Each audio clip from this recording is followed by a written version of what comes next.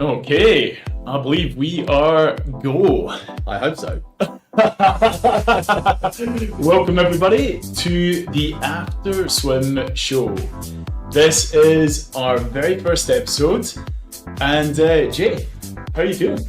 I'm feeling excited, and I was going to say good morning, good afternoon, or good evening, wherever you might be tuning in from. So, yeah, as Andy said, this is our first episode. So, if the nerves are showing, that's why. But no, I think we're excited. We're looking forward to this, and we hope you are too. So, Jay, maybe just a quick message on what exactly are we doing here? What is the After Swim Show? So, the After Swim Show was effectively born. Well, actually, there's a few reasons, and we're going to go into this a little bit later. But effectively, what we realised from our many years of swimming and being around people and I guess the environment and the scene here in Australia is we realised that a lot of the great conversations happen after we've been for a swim.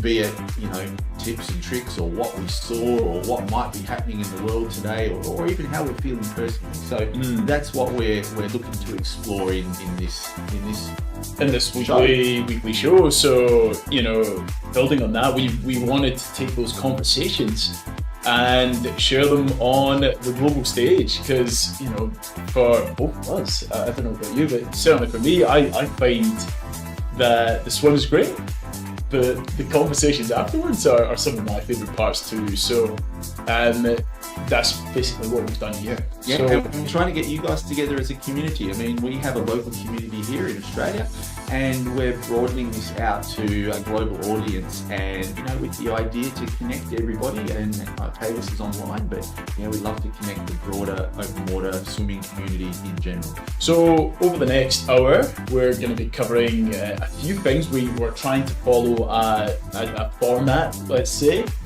So we're going to be covering news, what's going on in the world of open water swimming. We have what we call a main set, which is something that we go into a bit of a deep dive on. And for us today, that's going to be why we started this in a bit more detail.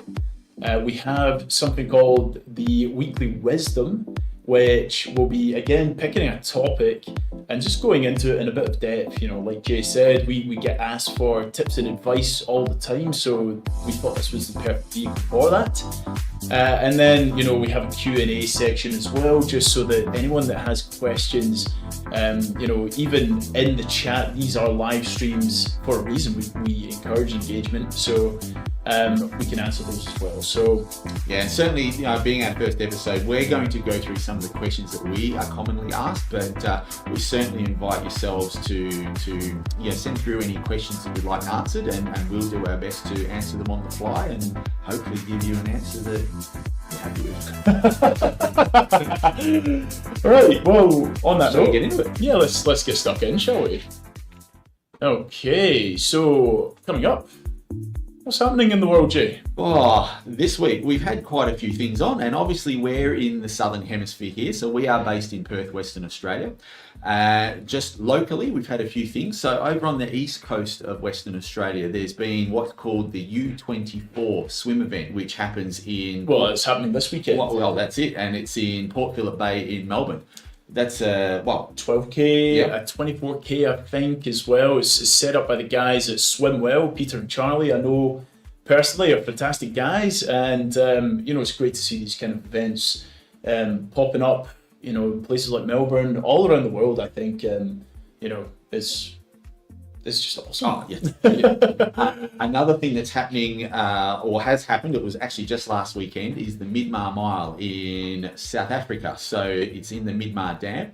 The interesting thing about this event is I believe it's one of, if not the biggest open water swim in the world. I think there's something like 14 or 15,000 people that attend. Yeah, so I remember hearing about this a few years back, and I think it does hold the Guinness World Record for most number of participants in an open water race. And I think it's held over a couple of days, isn't it? Held over a couple of days. There's a few events.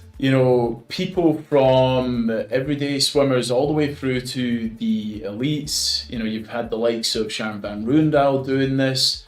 You can see in there a picture of Lewis Pugh.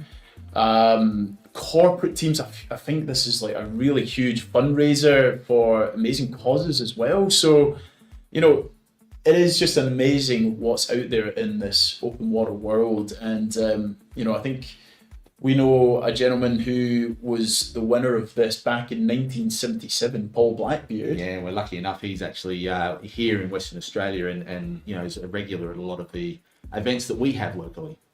So, if you guys have done this, if anyone listening has been in the Midmar Mile, we'd love to hear about it. I mean, I think it's one of those events that certainly would be on the bucket list for ourselves. Bit closer to home. Yep, last weekend. Busselton Jetty swim. If people haven't heard of the Busselton Jetty swim, it's iconic for a couple of reasons. The biggest one is that the Busselton Jetty is the longest wooden jetty structure in the Southern Hemisphere, and it extends out into sea 1.6 kilometres, so 1 mile. And actually, I think it's a little bit longer than that. So anyone that is listening only, we've actually got some photos up on the screen here, and look at the numbers of people out there. I think there was 5,500 people that were there over this weekend, and it's a brilliant event. It's such a community atmosphere. We have so many different people. There's children's events. There's some short swims. There's some team events. There's the solo swim, which is out around the jetty. So much going on, and absolutely stunning conditions there this year as well. I really enjoyed it. Normally I'm competing, but this year I got to have a bit of a look around, and the water was probably the clearest I've ever seen. And there's so many things to see. There's some structures at the end of the jetty.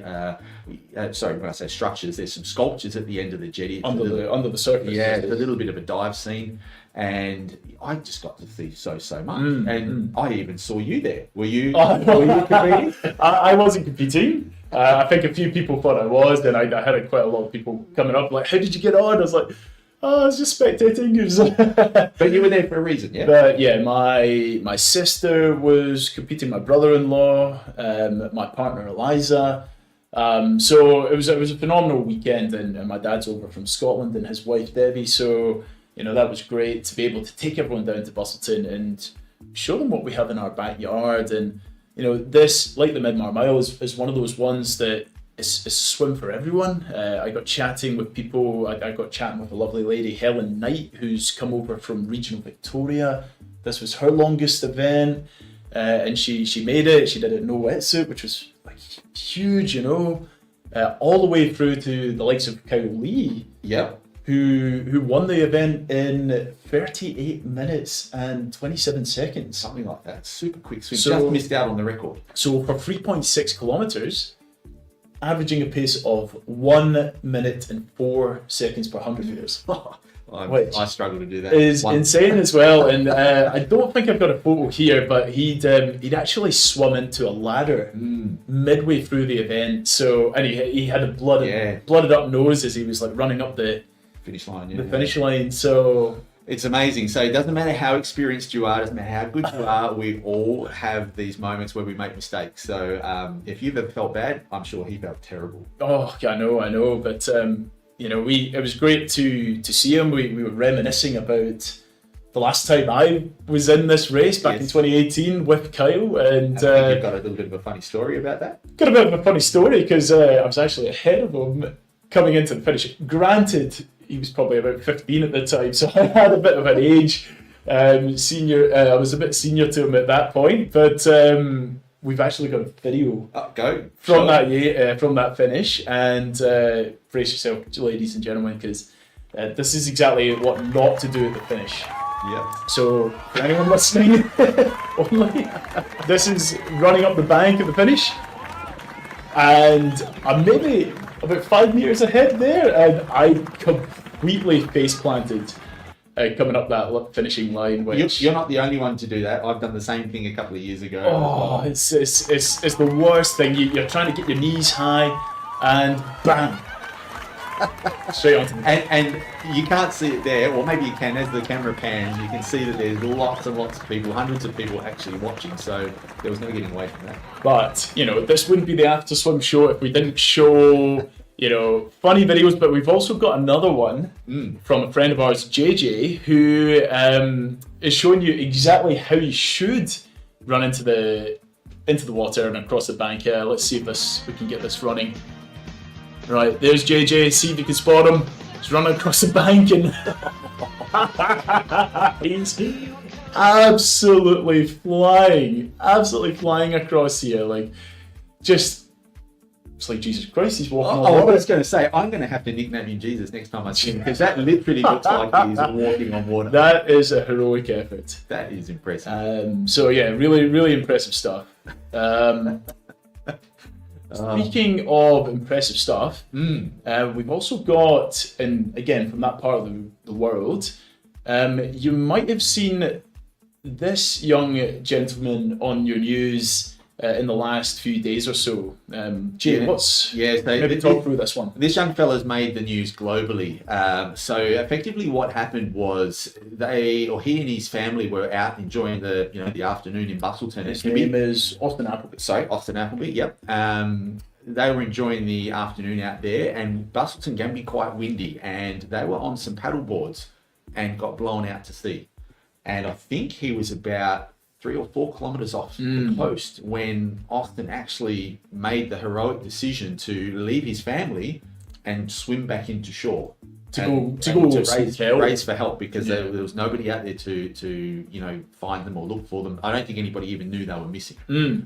So yes, he's managed to, young kid, I'm not even sure what his age is, but he's quite young, and swam 4 kilometers into shore, and then ended up having to run a couple of kilometers to raise the alarm for somebody to go out and find them. And by the time they did, I believe that was something like 12 or 13 kilometers off shore. Absolutely phenomenal stuff. And if we read the article here, he actually got failed by his swimming instructor for inability to swim more than 350 meters. So it just goes to show, like, he talks about using everything from thinking about his girlfriend to Thomas the Tank Engine to keep himself motivated in his marathon effort, which is just absolutely amazing stuff. It's impressive. I mean, unless you're in a situation like that, I don't think any of us honestly know what we would do. We might think we know what we would do, but when you're in that moment, that's impressive at his age, especially to do what he did.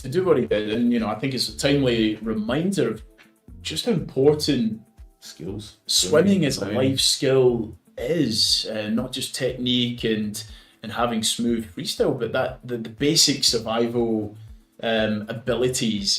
So I believe it's amazing that this is reaching global audiences and creating such a buzz, and hopefully a lot of good can come out of this. I think there will be a lot of positivity. Like Andy said, it really highlights the importance of water skills, water safety, and just the basics. Yep. So, and maybe, at least there'll be an event, a 4-kilometer swim and a 2-kilometer run that comes out of this. I don't know about you, but I won't be doing that. I can't do the running, so I'll tell you what, even just going around the jetty is enough for most people.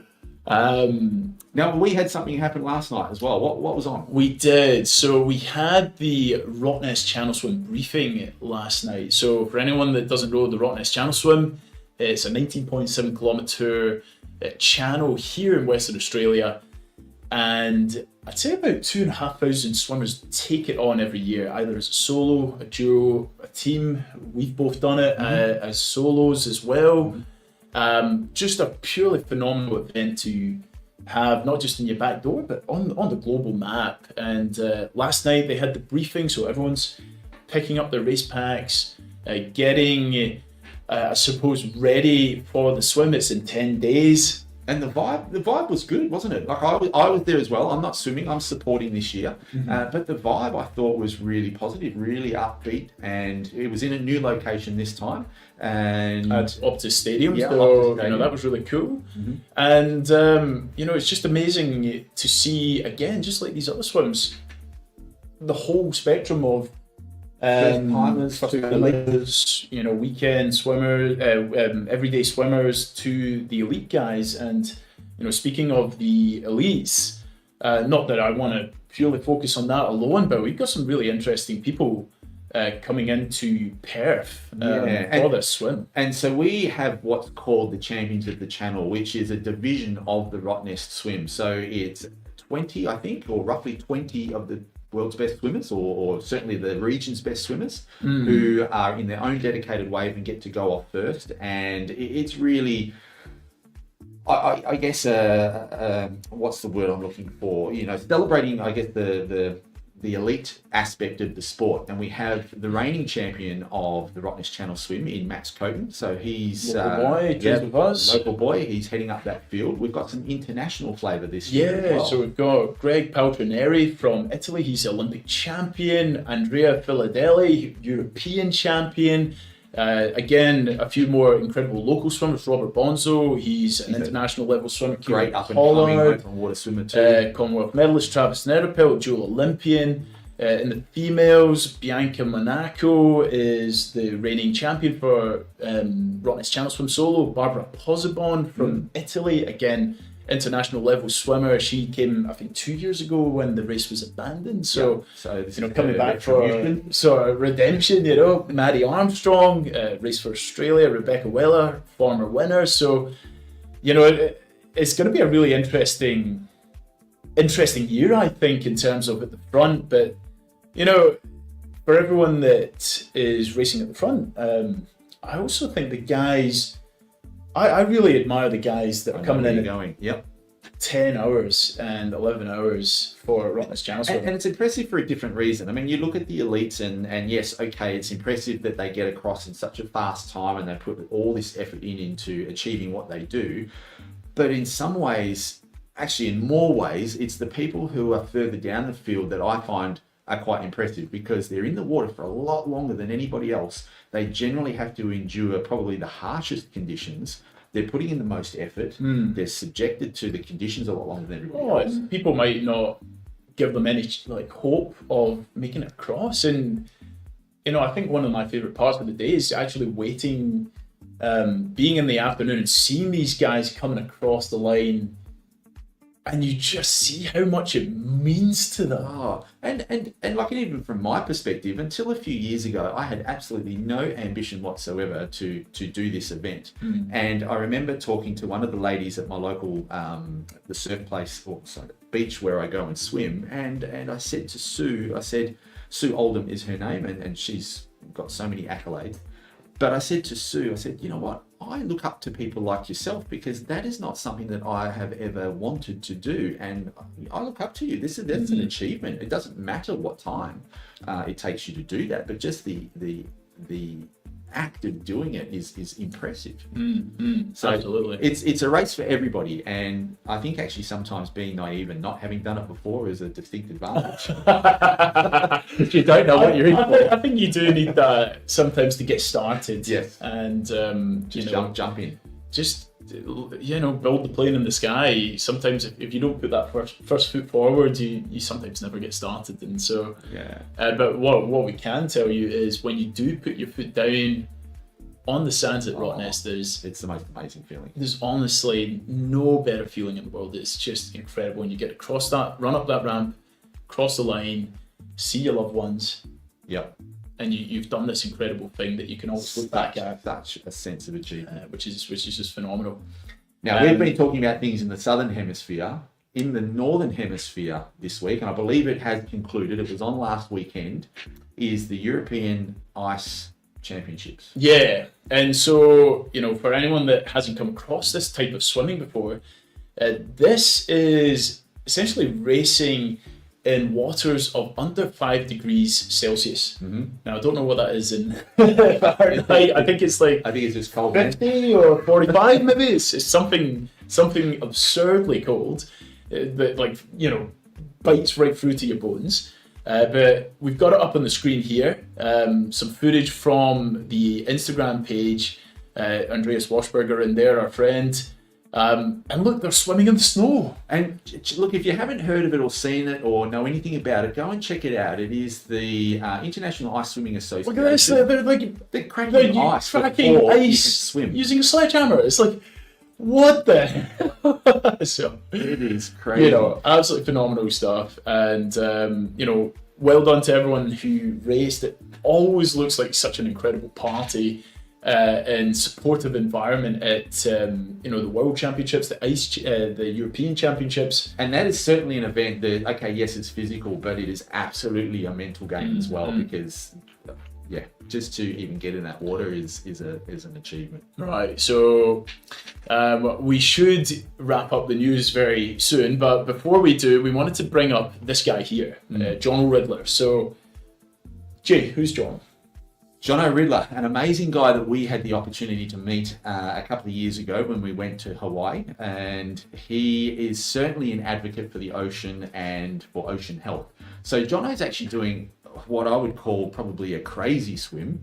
And that's coming from us. Yeah, and we've done some big stuff. So Jono is based in New Zealand. He is doing this for a cause, and the cause is to bottom trawling. Yeah, raise awareness for bottom trawling, and hopefully, I think he's got a petition that's up to present to the New Zealand government as well to put an end to bottom trawling because of the damage and, of course, the effect that it has on the oceans and the environment in general. But what he is doing to raise that awareness is he's doing a 1,000 mile, not kilometre, a 1,000 mile swim from the northern tip of the North Island all the way around the east coast and around to Wellington. Yeah. Now, I think if we just have a look at the map, I think he's probably close to... There you go, 600 k's down. About 2/3 the way through at the moment. 780 to go. So he's not far from halfway, which is... It's amazing. Amazing. I think it's taken him about 90 days, and to be backing up day after day, swimming about 20 kilometers each time. He's doing 6 hours in the waters, 6 hours out of the water as a recovery, and they put a GPS point of where he exited so that he can go back in that same location and continue on. But 6 hour rotations, so through the day resting, and then through the night resting again, and keep swimming. Unbelievable. Yeah. we might look. I think it might be a little while, but we'd love to get him on to have a bit of a chat to him about it, and just get a bit more details from himself about why he's doing this and why it's so important to him. But amazing. Yeah, just truly amazing. Just before we wrap up on the news, we can't miss this one. Can't miss this one. What happened yesterday? Well, two things happened yesterday, but no, the important one was it was Andy's birthday yesterday. It was my birthday. I turned 35 years young yesterday, and I'm certainly feeling it. This morning, I was very close to sleeping in for training this morning. I was like, 35, I could feel the aches and the pains that just come around like this, but no, it's, my partner yesterday reminded me, like I usually just work straight through and don't really pause or celebrate or think about the landmark or the milestone, and she was very much like, no, let's do something, let's have pancakes for breakfast. It's not your birthday every day, and I think that's nice to enjoy the little things. But on that note, I have a present for you, Jay, and I don't think you've seen this yet, but what is this? Hang on, so we have after swim cups. So this is going, there's no tea in there yet. Well, there's a bit of a story here, because these are conversations inspired by the chats that we have around after swim coffees, and I thought, it'd be really cool to get some after swim mugs. I've been an absolute mug and I've only ordered one, so for the meantime we're gonna have to share this one, but right, you can drink from that side. Let's move on, shall we? Let's move on. Okay, so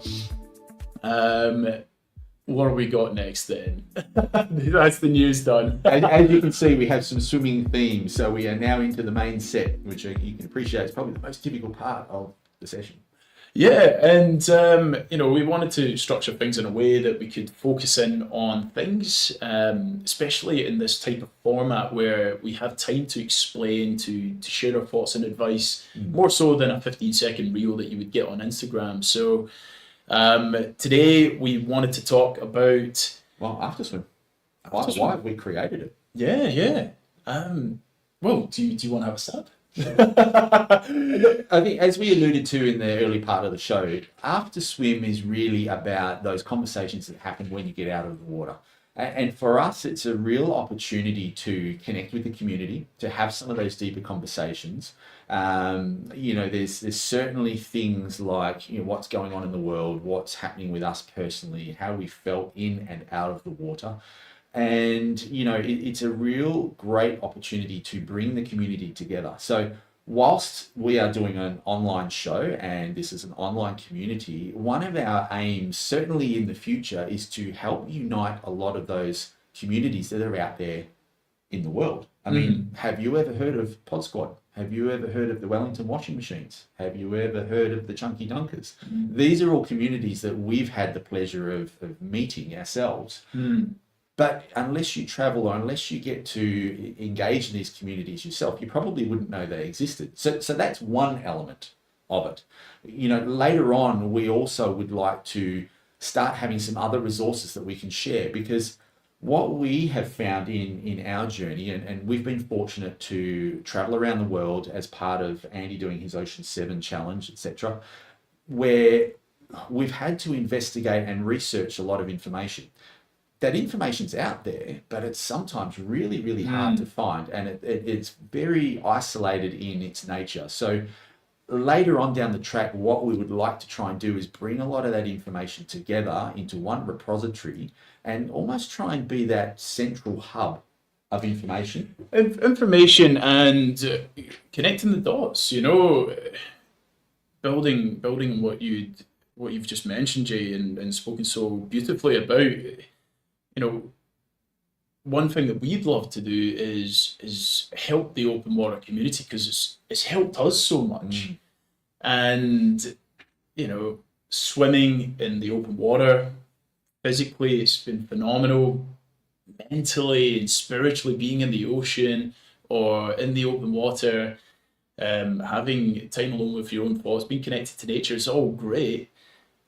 But a big part of why we keep coming back is the community and being part of something. And so, when I think of After Swim, I think of it as being our vehicle to give back. And how do we do that? We share knowledge, we share insights, we storytell, we connect people to others. When we started out on our journey, let's say the Ocean 7, we really didn't know that much. And we were really fortunate that we've got some great people here locally that we could lean upon and get some of this information, but we still found it very, very difficult. So how does the average person go about doing a lot of this stuff? Where does that information exist? Well, I grew up in Scotland, and I would have no idea where to have looked to, get into open water swimming, how to train for a channel, how to acclimatise to cold water conditions, how to just a whole plethora of different things. And so, yes, we've been very fortunate that we've been able to speak to people locally that have that knowledge, the likes of a Shelley Taylor-Smith, our coach Owen Carroll, people that have gone and done a lot of the swims and the challenges that we want to do, or have made that transition to open water, because I was a pool swimmer growing up. Same. So were you, and I I just didn't know where to start. And so I wish there was somewhere that all of this existed, and there's so many knowledgeable people out there, and we want to try bring them in for conversations to share what they know, for all the incredible swimmers, why they do it, what they do as well. And I think not just swimmers, the people in the community as well. That's exactly where I was going. So one of the other things that we see this as a great platform for is getting engagement from yourselves, the community. There are so many people out there that have done amazing things. And, one of the things that we've realized is that swimming isn't a solo sport. You need the support of other people. You need coaches, mentors, just people to help. There are so many people out there who are actively involved in this, let's call it sport or community, that largely go unseen, unheard. And we'd love this to be a bit of a platform, invite these people on, tell their story, because there's a lot of unsung heroes that are out there. We've had the privilege of meeting a few, but have you? So I think that'd be a brilliant thing to share. Yeah, absolutely. And, when I think of After Swim as a whole, we're starting with this weekly live stream show. Getting the word out there. It's inspired by the conversations had after the swim. We'd love to open up to a podcast at some point where we can speak to the people that you want to hear from and ask them the deeper questions, get to know them personally and intimately, the things that you might not know about them and you only see on social media, their background, their why. Well, and actually, I'll use you as a little bit of an example here. I mean, a lot of people probably know or have heard of Andy Donaldson, but who is he as a person? He's just terrible. You see, I'm not even going to go there. but the point is you see pictures, you see a moment in time, you hear stories or rumors, but why not get it from the horse's mouth? Why not hear the why? Why did someone get involved in doing what they do? So for me, they're certainly the questions and stories that I would like to hear. And then, like you were mentioning, building out those resources, creating a bit of a hub. We've been to so many events. We've learned so much along the way. We're always learning from others as well. So, capturing that knowledge and making it accessible. And again, getting yourselves, the community, more involved. What questions do you have? What would you like to see? What's going on in your part of the world? Those are all the things that we would like to hear about because, there's only so much we can find out, but what's happening in your part of the world? Yeah, and that's why we wanted to make this a live stream so that, we've listened to a lot of podcasts over the years. We've been fortunate to be on podcasts. But how do you influence the conversations? Well, there's that one element that's always missing from a podcast, isn't there? The audience. Engagement. Yeah. The audience aren't listening live, so they can't really shape how those conversations happen. So, this is just the beginning for us. We are very much inviting you all on the journey, not just on the journey, to be part of it, to shape it. Because we want to create something that is beneficial for the open water swimming community and really can positively impact people's lives. And so we can't do that alone. No, and I think Andy touched on it earlier. This is our opportunity to give back as well. I mean, we've, again, had the privilege to been in locations and seen lots of things, and we would love to give back as well. So this is our commitment to you guys. Yeah. I think that's... we've just scratched the surface. There's probably a whole lot more we could talk about, but look, in essence, that's what After Swim is. Yeah. Couldn't have put it more beautifully, I think, Jay. And so, yeah, I think that was quite a nice, short and sharp main set. We'll call it a speed set today. Actually, and you know what? And this is going to evolve over time. So, this is all new for us as well. We have an idea, and that's going to be largely shaped by you guys. So let's see how this evolves. Okay. Well, building on from the main set, should we get a bit more hands-on with the weekly wisdom? Absolutely.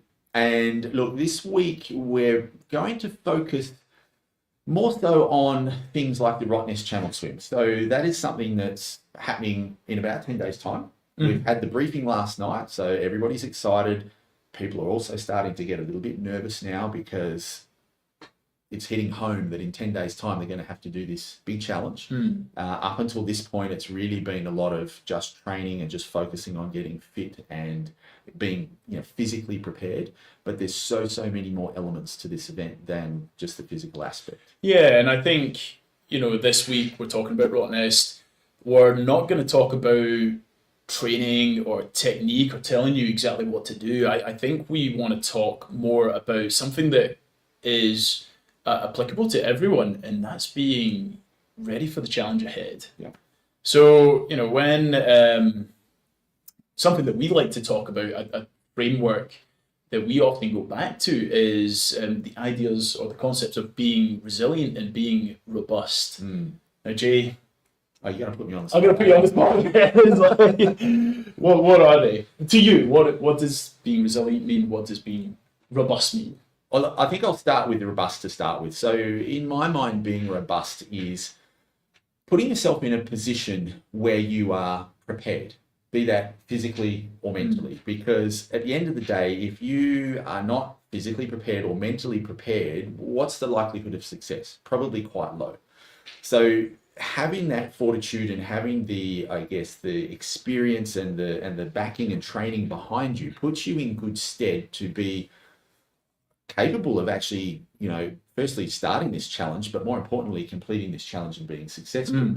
And in terms of robustness, I guess what we're doing on a day-to-day basis is we're pushing ourselves slightly out of our comfort zone each time, so that when this big challenge comes about, it's not wildly outside of that comfort zone. Yeah, so if you think of your comfort zone as a circle, being robust is doing all of the little things on a day-to-day basis right. And so it's you're building this circle, building it. And so on race day, if something throws you outside of your comfort zone, then it's not wildly outside that you're incapable or it's out of your depth. You have the tools to fall back on to help you overcome those adversities at the time. And so, well, I was just going to say, and then it lends itself quite nicely to resilience. Yeah. Right. So resilience, I guess, if you come back to what's in and out of or what's inside your comfort zone and outside your comfort zone, if something is wildly outside your comfort zone, if something happens in that moment, how do you react, or how do you respond to those? And you probably won't respond very well. So in terms of being resilient, if you work on that robustness, the resilience, it really helps with how you respond to those moments, because it's not something that's completely unexpected, completely unseen, wildly different than maybe what you would expect. And the way you respond to those is far, far better than if it was way outside your comfort zone. So in a nutshell, resilience is being able to respond well to adversities as they arise in the moment. And robustness is everything you do to get yourself ready up until the start line. That's a good way. Essentially. So, like you were saying, they're one. They're connected. They're very much connected. You could be the toughest guy in the world, but if you're swimming Rottnest and you haven't done any training, it doesn't matter how tough you are. You're not gonna have a good, you're not set yourself up for success. So, we had the briefing last night. There was a lot of information shared. We're going to take the assumption that anyone listening, whether this is Rottnest or any kind of challenge that you take on, we're going to take the assumption that you're doing all of the day-to-day stuff correctly. You're training, you're getting the mileage in, you're eating well, you're sleeping well, recovering. If you've got a cold swim, you're doing your cold water acclimatization. Whatever that is, we're going to assume that's being looked after. And this can be applied to anything as well. Don't necessarily think about a big ultra marathon swim. This could be your next pool event. This could be your next ocean swim or ocean competition, be it 1 kilometer to 10 kilometers to more. What can our listeners do to help themselves? What are those kind of extra things? We got a lot of information at briefing last night.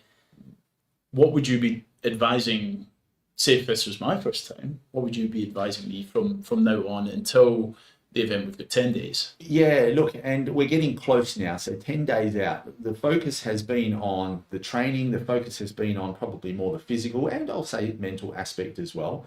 But what about all the other things that surround the event? What about all your equipment? What about, have you thought about conditions? Have you thought about, what may or may not go wrong?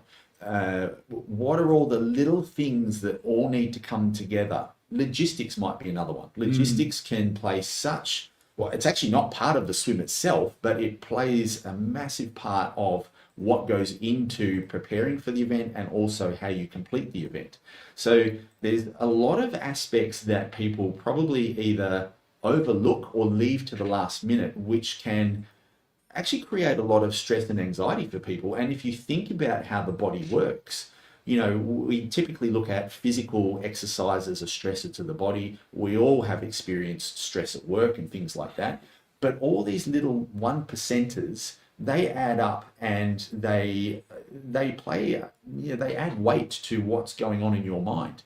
And if you just, we all think about them and they all sit in our head, but if there's a way that you can get those out of your mind, put them on paper, you're going to be in a much, much better place. You know, it's a crazy fact that, you know, we have X amount of energy that we can utilize within a day. Think of a battery, you've got 100%. I was really surprised. Up until recently, I didn't know how much energy the mind used. So at rest, that's without anything else going on. So at rest, your mind uses approximately 20% of your total energy. That's before you've got stress and worry and family and work and commitments and everything else. So you could quite easily be expending 25, 30, 40% of energy just by thinking about things. Yeah. And so what's the tactic to combat that then? Well, look, for us, and you can play this down and, well, sorry, I shouldn't say play this down. You can simplify this as much as possible. For us, we like to document a lot of things. We like to do a lot of research about what the event is and what we might be encountering. We also look at what are all the things that we might need. What's all the equipment? What's the responsibilities of everybody that might be taking part and helping and supporting? All these little elements we start to put down on paper and effectively create a checklist so that come the day, you don't need to think, you've got everything on paper and it's just a matter of going through and checking these things off. So nice little simple checklists. We probably go over the top a little bit, and I think Andy's got some stuff to kind of show and share, but it's really about getting it out of your head, putting it on paper. Yeah, so look, I'll bring this up, and it might be a little bit too small to see, so I do apologize in advance. What we've got here is our checklist of pretty much, it's actually a race plan. I was going to say, so what was this for, this one? This one's for the Manhattan Island Swim. So we've got our race plan, and it's got everything that we want to kind of get out of our heads and get onto paper so that, you know, we've thought about it, we've considered it, and we've got a plan of using it. So, you know, this includes things like all the equipment that we're going to be taking on the boat, all the roles and responsibilities of the team. That's a whole nutrition plan for the week leading up to a swim. You know, we're not going to go into this in detail, but it shows that it's something we've thought about.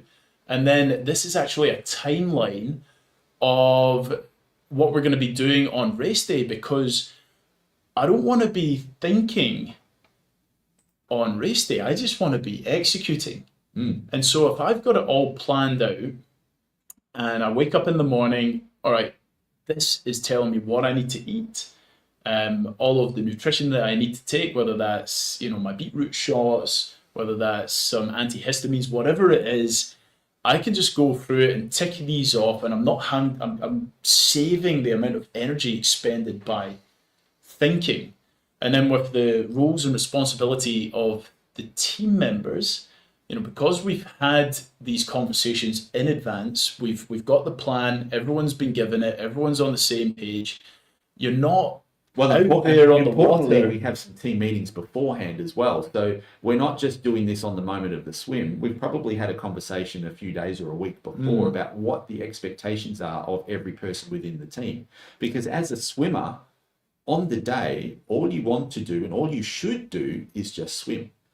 You've also got to remember that when you're in the water, it's going to be very difficult, if not impossible, to communicate. So you need to have all these plans in place, have all the expectations in place beforehand, so that on the day, everybody just knows they can just execute what needs to occur. Absolutely. And, you know, you raised it up very briefly earlier. Like, logistics is a huge one for the Rottnest Channel Swim. You know, who's dropping you off at the start line? Where are you going to be meeting with your kayaker? Is it going to be on the south boundary of the channel or the north?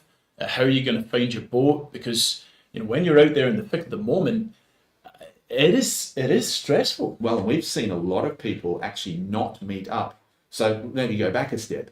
You know, in this particular event, the swimmers start off from the shore unassisted. They actually have to meet up with their paddler a certain distance away from the shore, and then they meet up with their boat crew as well before they're allowed to continue across. What we have seen so many times is people get out to these markers and they're on their own. They haven't found their paddler, they haven't found their boat. So what was their communication plan? What were they expecting to happen? Or, did they have that conversation? Well, and this is where we bring it back to being robust and resilient. Like, you can be the toughest person in the world, but if you don't have a plan, if you fail to plan, you're planning to fail. That's the old saying. And look, we cover these things. I know they can sound quite overwhelming and intense, but we're telling you these things now so that you can enjoy your day. Like, if you can be as prepared as possible, it actually takes such a weight off your shoulders so that on race day, it's just enjoyable. And you go out there and you just swim because you know what you're doing. Everyone's on the same page. And, you've got your backup plans. In my nutrition, I've got my backup plans for if I get sick, or if I'm feeling cold, or if I've been stung, or whatever it is. We've identified the potential roadblocks or challenges or things we might encounter, and we've worked backwards from them so that we have these all planned for and steps put in place so that we're not reacting from an emotional state. We're actually responding from a rational place where it's controlled, and you're not going to burn as much energy because it's not an emotional response. Well, and we're trying to mitigate all the foreseeable things that could potentially go wrong. And the reality is that, look, if it's a perfect day and nothing goes wrong, awesome. That's what we're all aiming for. The reality is usually a little different. There's usually always something that goes wrong. And if you can mitigate that as much as possible, you're going to have a far, far better experience than if you haven't even thought about it to begin with. A simple thing that people forget: they're swimming to Rottnest, they know how quickly they swim, they've done their qualifying swim, and then they just estimate how long they're going to be out in the water for. But what they forget is, I might be fatigued, the weather might change, I might actually be out in the water an extra 2 or 3 hours than I had anticipated. So then it comes back to, well, you could actually have some other problems now. You're exposed to the elements a lot longer than you thought you were going to be. So sunburn, even the water temperature. Have you got enough food on board? Have you got enough nutrition? I actually ran out of feeds in my Rottnest Channel Swim solo, so and that's all about it. So it does happen, but so overestimate, so mitigate these things. Think about, okay, I expect to be in the water X amount of hours, but what if I'm there longer? What happens? And then the other thing too is the race doesn't finish when you get to the other end. What happens after that? You've still got to recover. You've still got to get home. There's still those logistics after the event. So don't just stop at the finish line, because that's not the event continues on until you get home and you're back in bed. So I think we've seen, again, many times where people have reached the other end, but they haven't got clothes. They don't have any nutrition. And they're walking around the island with just a pair of bathers on, looking for their team. They don't even know where to meet up. All these simple little things that can and often do occur. So yeah, we're trying to just give you our experience of what we've seen, what happens frequently, and I dare say will happen again in 10 days' time. Trying to mitigate those as best as possible. Best to over-prepare. Yes. I mean, there's nothing bad that can happen from over-preparing, in my opinion. Yep. You go in with confidence because you've done the work and you've mitigated all of those potential, as much as possible, you've mitigated all of those risks. And then this all comes back to, you want to enjoy the day. So if things are going wrong left, right, and center, you're going to be in your head, you're going to be stressed, you're going to be worrying about what's going on. There might even be little arguments, all these sorts of things, which really just plays down, what could have otherwise been a fantastic day. So even as the swimmer, thinking about, or actually just recognizing and acknowledging that, yes, things can go wrong, but none of it is personal. None of it is on purpose. Everybody is there to help you, and they're all there attempting to do the right thing. But if you just acknowledge the simple fact that accidents and mistakes are going to happen, when they do, it's a nice feeling, because, all right, you still might have that little moment where you're feeling a bit agitated or whatever, but you very quickly come out of that and you've told yourself, it's just a mistake. It's just an accident. Nobody's doing this on purpose. Yeah. You quickly get back into the rhythm again. You're not expending energy. Everyone's got the same goal. Yeah. Everyone wants to succeed and get across to the island and have a good day. No one's doing this with the wrong intentions. No one's going out there to scupper your swim. Oh, and I've had similar experiences in some of mine where, you know, one event my paddler didn't catch me off the start line, and I met my boat before my paddler, and admittedly I was a little bit worried at the beginning, but when we all finally met up, we had a little bit of a laugh, and it was okay. Yeah, and chances are they'd be mortified. Oh, they were more worried than I was. Yeah. I was okay. So, you know, I think, you know, this is good. It is. It's about enjoying the day. So, yeah. And you can have a laugh, enjoy the experience. Yeah, just everybody wants to have some fun, and if you can help be a part of that and let everybody else know that, okay, these are the responsibilities, but okay, things are going to go wrong. Let's not overanalyze these things. Let's just get on with it. Everybody can enjoy the day, and especially so when those things happen and everybody can enjoy themselves, the vibe is so much different. As a swimmer, you can feel that energy, and it's certainly a much better, you know, feeling and enjoyment and an environment to be in when everything's, you know, happy and everybody's enjoying the moment, irrespective of what goes on. You just feel that in the water. It's much better than when nobody's talking and there's arguments, and I think we've all been there. It's not a pleasant feeling. It's not. I can speak speak from experience, but that's, you know, a story for another time. But yeah, I think unless you've got any other points, there's so much we could talk about, but I think there's some of the basics.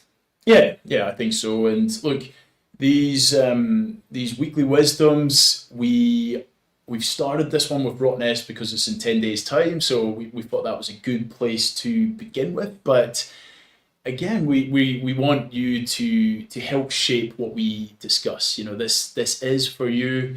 We invite you to be part of this journey. So if you have any burning questions or things that you want us to go into in depth, please do let us know. We welcome that with open arms.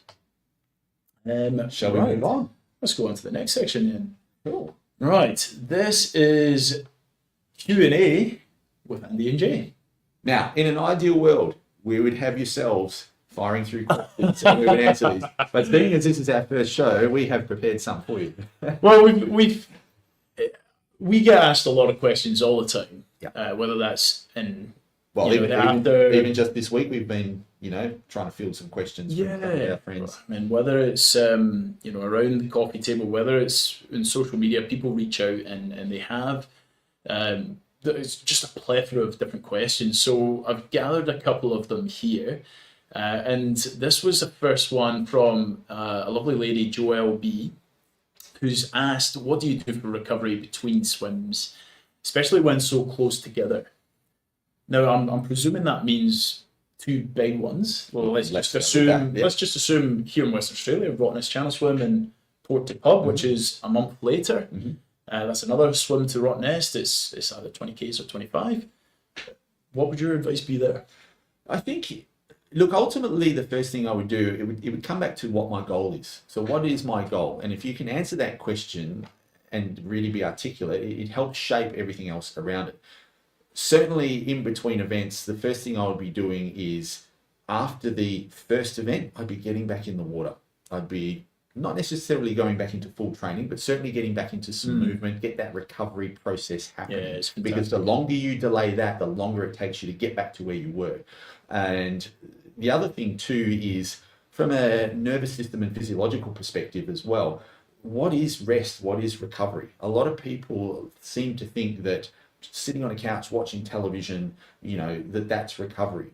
Not necessarily. Whilst your body might be relaxed, your mind is still quite active. And as we spoke about before, the mind actually consumes a lot of your energy. So how are you resting and recovering from a mental perspective? So, you know, watching television, scrolling on your phone, that's still actively engaging your brain. So look at doing some other things. Maybe, obviously there's the physical things like massage, but that also lends itself to things like meditation or some breath work.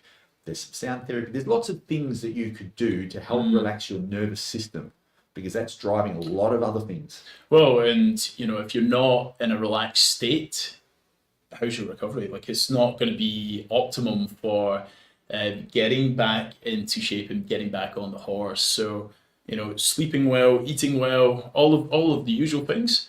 And then the only thing I would add to what you've just shared there, Jay, is building on that fact that these big swims, they are hugely mental. Mm-hmm. And we talk about physical recovery a lot, but mental recovery, I think, is equally important. So what are the things that fill your cup? Whether that's going for a nice walk, whether that's watching movies or spending time with family or reading, which is something I've gotten into quite recently. I've read Lord of the Rings for the first time in a long, long time, all 3 books. And, I realised just how much I feel relaxed after that. So, and that's where all the gains are made. That's where the gains the are made. training's great. The training's the stimulus, but it's the recovery where all the gains are made. Yeah. So real opportunities there, and I think that's a great question to speak to here. We are running out of time, so I'm going to keep these fairly short. A common question that we get: what do you use for sunscreen? Oh, again, this is an interesting one, right? I'll bring it back to how long are you going to be in the water? What time are you starting? And therefore, when are you expected to be in the most intense part of the sun or sunshine? That will help direct you into what types of sunscreen that you use, because typically the sunscreens that you buy off the shelf, they're water resistant, but they might only last 3 or 4 hours. And if you're going to be in the water for 8, 9, 10 hours, is that going to work? So, typical sunscreens are fine, but then there's other things that we have utilized on some of our expedition swims, like nappy rash cream. As crazy as it sounds, some of them, like there's Sudocrem and Busselton, they have a high content of zinc that stays on. So not only is it sun cream, it's also a little bit of a lubricant as well, stuff around your neck and underarms and so forth. But really high in zinc content, doesn't come off in the water very easily. You need to use things like coconut oil to help get them off. Perfect. Yeah, and for some people in the world, reef safe sunscreen is maybe a consideration. I know in Hawaii that's part of the law. Just read the labels and experiment too. Trial a few different ones, especially in the lead up. You don't want to be using something for the first time on race day. So, I think that's always a good rule of thumb to follow. And then, we'll go with this one as the last question here before we finish up. Now, what are we talking about? How do we avoid getting sick? Is this seasick or is this from nutrition? Where do you want to go with this one? Ooh. I mean, this could be quite a bit of a lengthy topic, so I think I'm just going to keep my answers quite short here. How do I avoid getting sick during the Rottnest Challenge swim? If I'm talking about nutrition, I am trialing it in training beforehand and trying to replicate the conditions that I'm going to experience on race day. So the same pace or intensity, so maybe during a threshold session, which is a little bit higher in fact, and just seeing how the gut responds to what you're taking on. And then in rough conditions as well, because it's all very great if you taste it, and you're sitting at the pool and it's a sunny day and it's all fine, but on race, throwing around in the ocean, you don't know what's going to happen, so you're trying to replicate the conditions as much as possible. So actually, one thing I would probably add to that, something that I've seen happen many, many times is some people have one type of feed and you get sick of that. And if you've had the same type of feed over and over and over again, it tends to be a little bit unsettling. So something that I certainly do, and I know Andy does, is we have different types of feeds. So it gives the stomach an opportunity to think about something different, be it a chopped milk or a cordial or a staminate or whatever it might be, just something a little different, bit of variance. Gives you something to look forward to too. That too.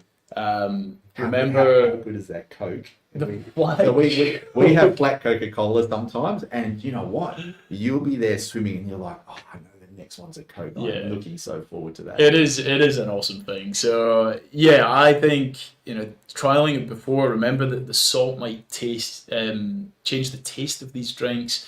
If it's something you've used before, anti-nausea tablets or seasickness tablets can be really good. I use them myself. So make sure that whatever plan that you stick to, that you opt for, make sure that you've trialed it well in advance. And this close to an event like Rottnest, don't start trying anything new. Stick to what you know, and if you are going to make a change, very, very small one, nothing wildly different. Okay, right. We are running out of time here, so I'm just going to put us on to the cooldown. Your favourite part of the set. Well, the social part of the set is so big, you know. There we have it, Jay. Our first ever live stream with the After Swim show. Look, and we hope you guys have got something from this. I mean, every week we're going to be talking about something different. So yeah, absolutely. Please stay tuned. Keep involved. Keep connected with us. And as I said, we hope you got something out of this, as big or as little as it may have been. Yeah. So just to recap, we've covered what's going on in the world of open water swimming. We've talked about why we started this After Swim, what we hope to do with it, our ambitions for the future. A lot of that is involving you guys. So again, we invite you to be part of this journey and shaping the journey. And then, like we said, we just talked about the Rottnest Channel Swim. So every week we're going to be focusing in on a topic that is hopefully very relevant to you guys. And please do send in anything that you have that you would like us to talk to, or get someone on to talk to that is smarter than us. And before we go, there is one thing that we would like to leave you with. We have a little quote, so we want to create this tradition at the end of the session. We'd love to leave you with either a little word of wisdom or a little quote to get you thinking, and we have it written up on the board just behind us. So, one swim can change your day. Many will change your life. Yeah, we've certainly found that, and hence why we get quite involved in the community, be it here or elsewhere. We love what we do. We love being a part of the swimming community. Strangely enough, we love going training, at least I do. I do. Because we love the people that we're around. Yeah. So yeah, and it has. It's changed our lives immeasurably. So hopefully we can help contribute to your own journey, connect you in with other people, share and inspire and educate as much as we can. And I think that's all from us. So thank you again for listening. We look forward to seeing you next time in person. All right. Take care. No worries. Thanks for being part of After the Swim.